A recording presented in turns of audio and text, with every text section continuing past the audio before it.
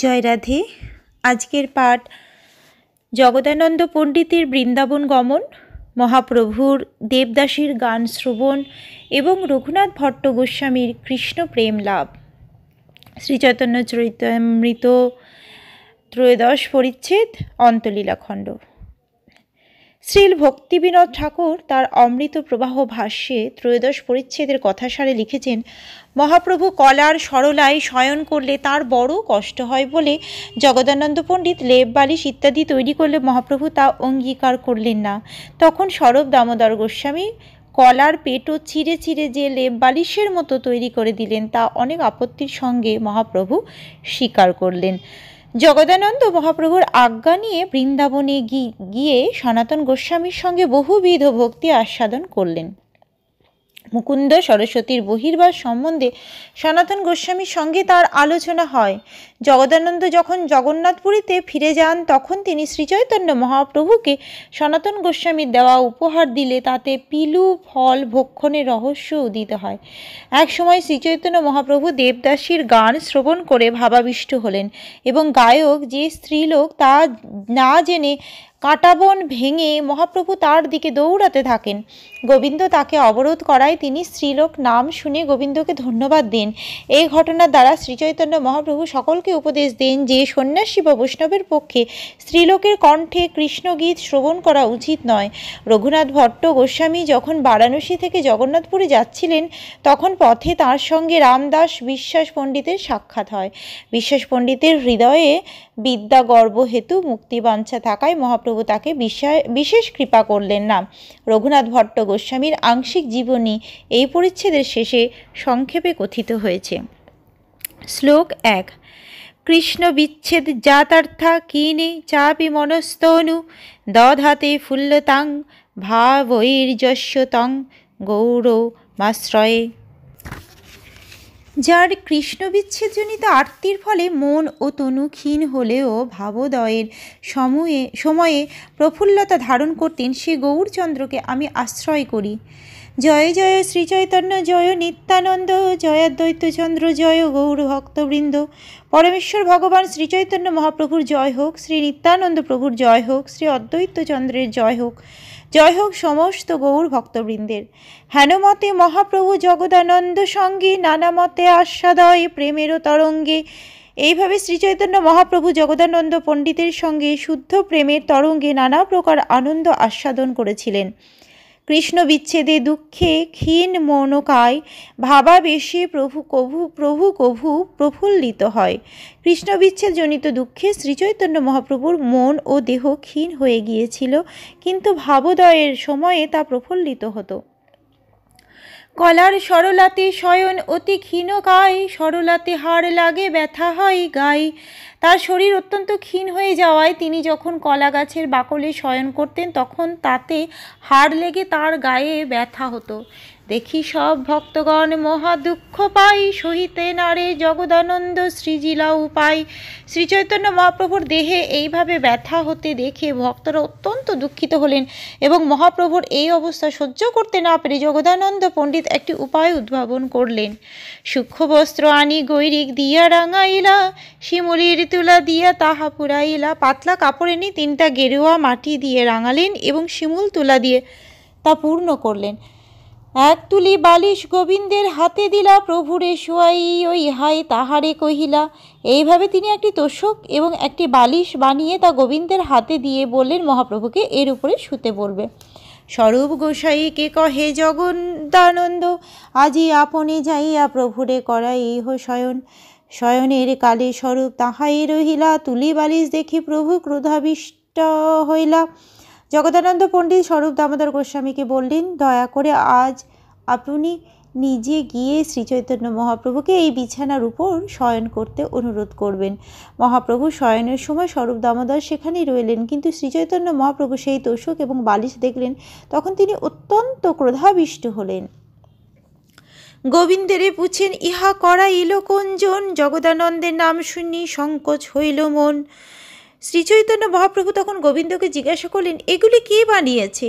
গোবিন্দ যখন জগদানন্দ পণ্ডিতের নাম করলেন তখন মহাপ্রভু মনে একটু সংকোচ বোধ করলেন। গোবিন্দের কহি সেই তুলি দূর কইলা, কলার সরলা উপর শয়ন করিলা। তিনি তখন গোবিন্দকে বললেন এই তোষক এবং বালিশ সেখান থেকে সরিয়ে নিতে। তারপর তিনি কলার সরলার উপর শয়ন করলেন। স্বরূপ কহে তোমার ইচ্ছা কি কহিতে পারি, শয্যা উপেক্ষিলে পণ্ডিত দুঃখ পাবে ভারী। তখন স্বরূপ দামোদর মহাপ্রভুকে বললেন আপনি আপনার ইচ্ছার বিরুদ্ধাচরণ করতে পারি না, কিন্তু আপনি যদি এই শয্যা উপেক্ষা করেন তাহলে জগদানন্দ পণ্ডিত অত্যন্ত দুঃখিত হবেন। প্রভু কহেন খাট এক আনহ পারিতে, জগদানন্দ চাহে আমায় বিষয় ভুঞ্জাইতে। শ্রী চৈতন্য মহাপ্রভু তখন উত্তর দিলেন আমার শোয়ার জন্য তোমরা এখন একটা খাট নিয়ে এসো, জগদানন্দ আমাকে দিয়ে বিষয় ভোগ করাতে চায়। সন্ন্যাসী মানুষ আমার ভূমিতে শয়ন, আমারে খাট তুলি বালিশ মস্তক মুন্ডন। আমি সন্ন্যাসী, তাই আমার ভূমিতে শয়ন করা কর্তব্য। আমি যদি খাটের উপর তোষক বালিশে শয়ন করি তাহলে তা অত্যন্ত লজ্জাকর ব্যাপার হবে। স্বরূপ গোসাই আসি পণ্ডিতে কহিলা, শুনি জগদানন্দ মনে মহা দুঃখ পাইলা।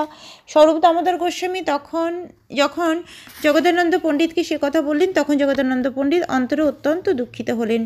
স্বরূপ গোসাই তবে সৃজিলা প্রকার, কদলীর শুষ্কপত্র আনিলা অপার। নখে চিরি চিরি তাহা অতি সূক্ষ্ম কইলা, প্রভুর বহির্বাস দুইতে সেসব ভরিলা। স্বরূপ দামোদর গোস্বামী তখন একটি উপায় উদ্ভাবন করলেন। বহু শুকনো কলা পাতা এনে সেগুলি নখ দিয়ে চিরে চিরে অত্যন্ত সূক্ষ্ম করে মহাপ্রভুর দুটি বহির্বাস সেগুলি ভরলেন।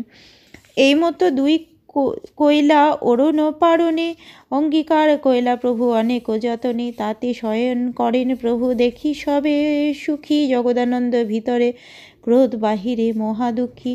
এইভাবে স্বরূপ দামোদর একটি তোষক ও বালিশ তৈরি করলেন এবং বহু পীড়াপিড়ির পর শ্রীচৈতন্য মহাপ্রভু তা গ্রহণ করলেন। শ্রীচৈতন্য মহাপ্রভু সেই শয্যার উপর শয়ন করতে দেখে সমস্ত ভক্ত অত্যন্ত সুখী হলেন, কিন্তু জগদানন্দ পণ্ডিত অন্তরে ক্রুদ্ধ হয়েছিলেন এবং বাহিরে অত্যন্ত দুঃখিত হয়েছিলেন। পূর্বে জগদানন্দের ইচ্ছা বৃন্দাবন যাইতে, প্রভু আজ্ঞা না দেন তারে না পারে চলিতে। ভিতরের ক্রোধ দুঃখ প্রকাশ না কইল, মথুরা যাইতে প্রভু স্থানে আজ্ঞা মাগিল। প্রভু কহে মথুরা যাইবা আমায় ক্রোধ করি, আমায় দোষ লাগাইয়া তুমি হইবা ভিখারি। জগদানন্দ কহে প্রভুর ধরিয়া চরণ, পূর্ব হইতে ইচ্ছা মোর যাইতে বৃন্দাবন। প্রভু আজ্ঞা নাহি তাতে না পারি যাইতে, এবে আজ্ঞা দেহ অবশ্য যাইব নিশ্চিতে। পূর্বে জগদানন্দ পণ্ডিত যখন বৃন্দাবনে যেতে চেয়েছিলেন তখন শ্রীচৈতন্য মহাপ্রভু তাকে অনুমতি দেননি এবং তাই যেতে পারেননি।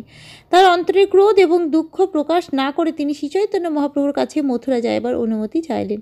গভীর স্নেহে তখন শ্রীচৈতন্য মহাপ্রভু তাকে বললেন আমার উপর রাগ করে তুমি মথুরায় চলে যাবে, আমাকে দোষ দিয়ে তুমি ভিখারি হবে।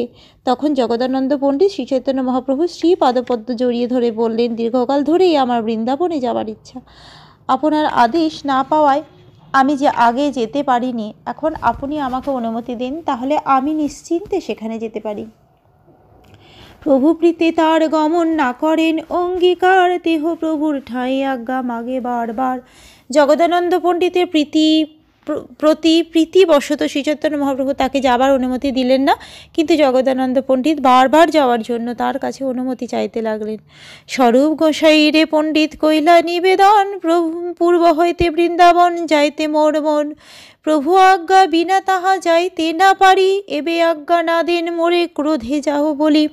জগদানন্দ পণ্ডিত তখন স্বরূপ দামোদর গোস্বামীকে বললেন বহুকাল ধরেই আমার বৃন্দাবনে যাবার ইচ্ছা, কিন্তু মহাপ্রভুর আদেশ না পেলে আমি সেখানে যেতে পারি না। আর এখন আমি তার উপর রাগ করেছি বলে তিনি আমাকে যাওয়ার আদেশ দিচ্ছেন না। সহজেই মোর তাহা যাইতে মন হয়, প্রভু আজ্ঞা লইয়া দেহ করিয়ে বিনয়। স্বাভাবিকভাবেই আমি বৃন্দাবনে যেতে চাই, তাই আপনি দয়া করে মহাপ্রভুকে গিয়ে বলুন যেন তিনি আমাকে বৃন্দাবনে যাওয়ার অনুমতি দেন। তবে স্বরূপ গোসাই কহে প্রভুর চরণে, জগদানন্দের ইচ্ছা বড় যাইতে বৃন্দাবনে। তোমার ঠাই আজ্ঞা দেহ মাগে বারবার, আজ্ঞা দেহ মথুরা দেখি আইসে একবার। তখন স্বরূপ দামোদর গোস্বামী শ্রীচৈতন্য মহাপ্রভু চরণে নিবেদন করলেন জগদানন্দের বৃন্দাবনে যাওয়ার খুব ইচ্ছা, সে বারবার আপনার কাছে অনুমতি চাইছে, দয়া করে আপনি তাকে অনুমতি দিন যাতে সে একবার মথুরা দেখে আসতে পারে। আয়রে দেখিতে জইছে গৌর দেশে যাই, তৈছে একবার বৃন্দাবন দেখিয়াই। স্বরূপ গোসাইয়ের বলে প্রভু আজ্ঞা দিল, দিলা, জগদানন্দে বোলাইয়া তারে শিখাইলা। সচিমাতাকে দর্শন করার জন্য সে যেমন গৌড়দেশে গিয়েছিল তেমনই সে একবার বৃন্দাবন দেখে আসুক। স্বরূপ দামোদরের অনুরোধে শ্রীচৈতন্য মহাপ্রভু জগদানন্দ পণ্ডিতকে যাওয়ার অনুমতি দিলেন। জগদানন্দকে ডাকিয়ে এনে তিনি তাকে উপদেশ দিলেন। বারাণসী পর্যন্ত স্বচ্ছন্দে যাইবা পথে, আগে সাবধানে যাইবা ক্ষত্রিয়াদি সাথে। বারাণসী পর্যন্ত তুমি স্বচ্ছন্দে যেতে পারবে, কিন্তু তারপর খুব সাবধানে ক্ষত্রিয়দের সঙ্গে যেও। বারাণসী থেকে বৃন্দাবন যাওয়ার পথ ছিল দস্যু তস্করে পূর্ণ, এবং তাই ক্ষত্রিয়রা পথিকদের দস্যু তস্করদের উপদ্রব থেকে রক্ষা করে সঙ্গে করে নিয়ে যেতেন। কেবল গৌরিয়া পাইলে বাটপাড়ি করি বান্ধে, সব লুটি বাঁধি রাখে যাইতে বিরোধে। সেই সমস্ত দস্যু তস্করেরা বাঙালি পথিককে একলা পেলে তার সর্বস্ব লুট করে নিয়ে তাকে বেঁধে রাখে এবং যেতে দেয় না। বাঙালিরা সাধারণত ক্ষীণকায় ও দুর্বল, তাই বাঙালি পথিককে একলা পেলে পথের দস্যুরা তাদের সর্বস্ব কেড়ে নিয়ে তাদের আটকে রাখত। কারো কারো পথে সেই পথের দস্যুরা বাঙালিদের অত্যন্ত বুদ্ধিমান জেনে তাদের দিয়ে বুদ্ধিজীবীর কাজ করাতে কিন্তু ছেড়ে দিত না। মথুরা গেলে সনাতন সঙ্গেই রহিবা, মথুরার স্বামী সবের চরণ বন্দিবা। দূরে রহি ভক্তি করিহ সঙ্গে না রহিবা, তা সবার আচার চেষ্টা লইতে নারিবা। মথুরায় গিয়ে তুমি সনাতন গোস্বামীর সঙ্গে থেকো এবং নেতৃস্থানীয় মথুরাবাসী ভক্তদের চরণ বন্দনা করো। দূরে রহি ভক্তি করিহ সঙ্গে না রহিবা, তা সবার আচার চেষ্টা লইতে নারিবা। দূর থেকে তাদের ভক্তি করো এবং তাদের সঙ্গে ঘনিষ্ঠভাবে মেলামেশা করো না, এবং তাদের আচার আচরণের অনুকরণ করার চেষ্টা করো না। বৃন্দাবন এবং মথুরার অধিবাসীরা শুদ্ধ বাৎসল্য রসে শ্রীকৃষ্ণের প্রতি ভক্তিপরায়ণ এবং তাদের ভাব স্মার্ত ব্রাহ্মণ মতের বিরোধী। ঐশ্বর্য ভাবরত কৃষ্ণ ভক্তরা রাগ মার্গীয় মথুরা এবং বৃন্দাবনবাসীর বাৎসল্য প্রেম বুঝতে পারেন না। বিধি মার্গের ভক্তরা রাগ মার্গীয় ভক্তের আচার আচরণ বুঝতে পারেন না। তাই শ্রী চৈতন্য মহাপ্রভু জগদানন্দ পণ্ডিতকে রাগ মার্গীয় ভক্ত ব্রজবাসীদের থেকে দূরে থাকার উপদেশ দিয়েছিলেন, যাতে তিনি তাদের প্রতি রসদ্দা পরায়ণ না হন। সনাতন সঙ্গে করিহ বন দর্শন, সনাতনের সঙ্গ না ছাড়িবা এক্ষণ। শীঘ্র আসিও তাহা না রহিও চিরকাল, গোবর্ধনে না চড়িহ দেখিতে গোপাল। সনাতনের সঙ্গে দ্বাদশ বন দর্শন করো এবং ক্ষণিকের জন্য তার সঙ্গ ত্যাগ করো না। সেখানে বেশি দিন থেকো না, তাড়াতাড়ি ফিরে এসো। আর গোপালকে দর্শন করার জন্য গোবর্ধন পর্বতে চড়ো না। অমৃত প্রবাহ ভাষ্যে শ্রীল ভক্তিবিনোদ ঠাকুর বলেছেন, অধিক দিন ব্রজে থাকলে ব্রজবাসীদের দোষাদি দর্শন করে শ্রদ্ধা লঘু হয়। তাই যারা রাগমার্গ প্রাপ্ত হননি তাদের ব্রজে বাস করা উচিত নয়। ব্রজ দর্শন করে শীঘ্র চলে আসাই ভালো। শ্রী গোপাল দর্শনের জন্য গোবর্ধন পর্বতে চড়া উচিত নয়, কেননা গোবর্ধন সাক্ষাৎ ভগবানেরই মূর্তি, তাই তার উপর চড়া উচিত নয়। গোপাল যখন অন্য আশ্রমে যান সে সময় তাকে দর্শন করাই ভালো। আমি হো আসিতেছি কহিও সনাতনে, আমার তরে এক স্থান যেন করে বৃন্দাবনে। এত বলি জগদানন্দে কইলা আলিঙ্গন, জগদানন্দ চলিলা প্রভুর বন্দিয়া চরণ। সব ভক্তগণ ঠাই আজ্ঞা মাগিলা, বনপথে চলি চলি বারাণসী আইলা। তাহলে সনাতনকে বলো যে আমিও শীঘ্রই বৃন্দাবনে যাচ্ছি, সে যেন আমার জন্য বৃন্দাবনে একটি জায়গার ব্যবস্থা করে রাখে। এই বলে শ্রীচৈতন্য মহাপ্রভু জগদানন্দ পণ্ডিতকে আলিঙ্গন করলেন এবং জগদানন্দ পণ্ডিত মহাপ্রভু শ্রীপাদপদ্ম বন্দনা করে বৃন্দাবন অভিমুখে যাত্রা করলেন। সমস্ত ভক্তদের আদেশ নিয়ে জগদানন্দ পণ্ডিত বৃন্দাবনের অভিমুখে চললেন। বনপথ দিয়ে ভ্রমণ করতে করতে তিনি বারাণসীতে উপস্থিত হলেন। তপন মিশ্র চন্দ্রশেখর দোহারে মিলিলা, তার ঠাই প্রভুর কথা সকলেই শুনিলা। তিনি বারাণসীতে তপন মিশ্র ও চন্দ্রশেখরের সঙ্গে সাক্ষাৎ করলেন। তারা তার কাছে শ্রীচৈতন্য মহাপ্রভুর সমস্ত কথা শুনলেন। মথুরাতে আসি মিলিলা সনাতনে, দুইজনের সঙ্গে দুহে আনন্দিত মনে। সনাতন করাইলা তারে দ্বাদশ বন দর্শন, গোকুলে রহিলা দুহে দেখি মহাবন। তারা অবশেষে মথুরায় পৌঁছে তিনি সনাতন গোস্বামীর সঙ্গে মিলিত হলেন এবং তারা দুজনে পরস্পরের সঙ্গ লাভ করে অত্যন্ত আনন্দিত হলেন। সনাতন গোস্বামী তাকে দ্বাদশ বন দর্শন করালেন এবং মহাবন দর্শন করে তারা দুজনে গোকুলে রহিলেন। সনাতনের গোফাতে দুহে রহে এক ঠাই, পণ্ডিত পাক করেন দেবালয়ে যায়। তারা দুজনেই সনাতন গোস্বামীর গুহায় রইলেন, কিন্তু জগদানন্দ পণ্ডিত নিকটবর্তী মন্দিরে গিয়ে নিজের জন্য রন্ধন করতেন। সনাতন ভিক্ষা করেন যাই মহাবনে, কভু দেবালয়ে কভু ব্রাহ্মণ সদনে। সনাতন গোস্বামী মহাবনে গিয়ে দ্বারে দ্বারে ভিক্ষা করতেন। কখনো তিনি দেবালয়ে ভিক্ষা করতেন, আবার কখনো ব্রাহ্মণের গৃহে ভিক্ষা করতেন। আজকের পাঠ এই অবধি। জয় রাধে। ভজ শ্রী কৃষ্ণ চৈতন্য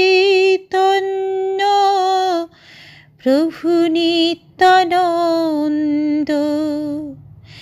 শ্রী অদ্বৈত গদাধর শ্রীবাসাদি গৌর ভক্ত বৃন্দ। হরে কৃষ্ণ কৃষ্ণ কৃষ্ণ হরে হরে, হরে রাম রাম রাম হরে হরে। জয় রাধে, জয় রাধে, জয় রাধে।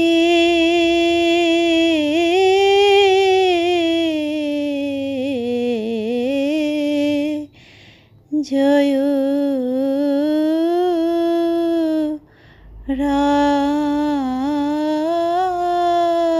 রাধে, জয় রাধে।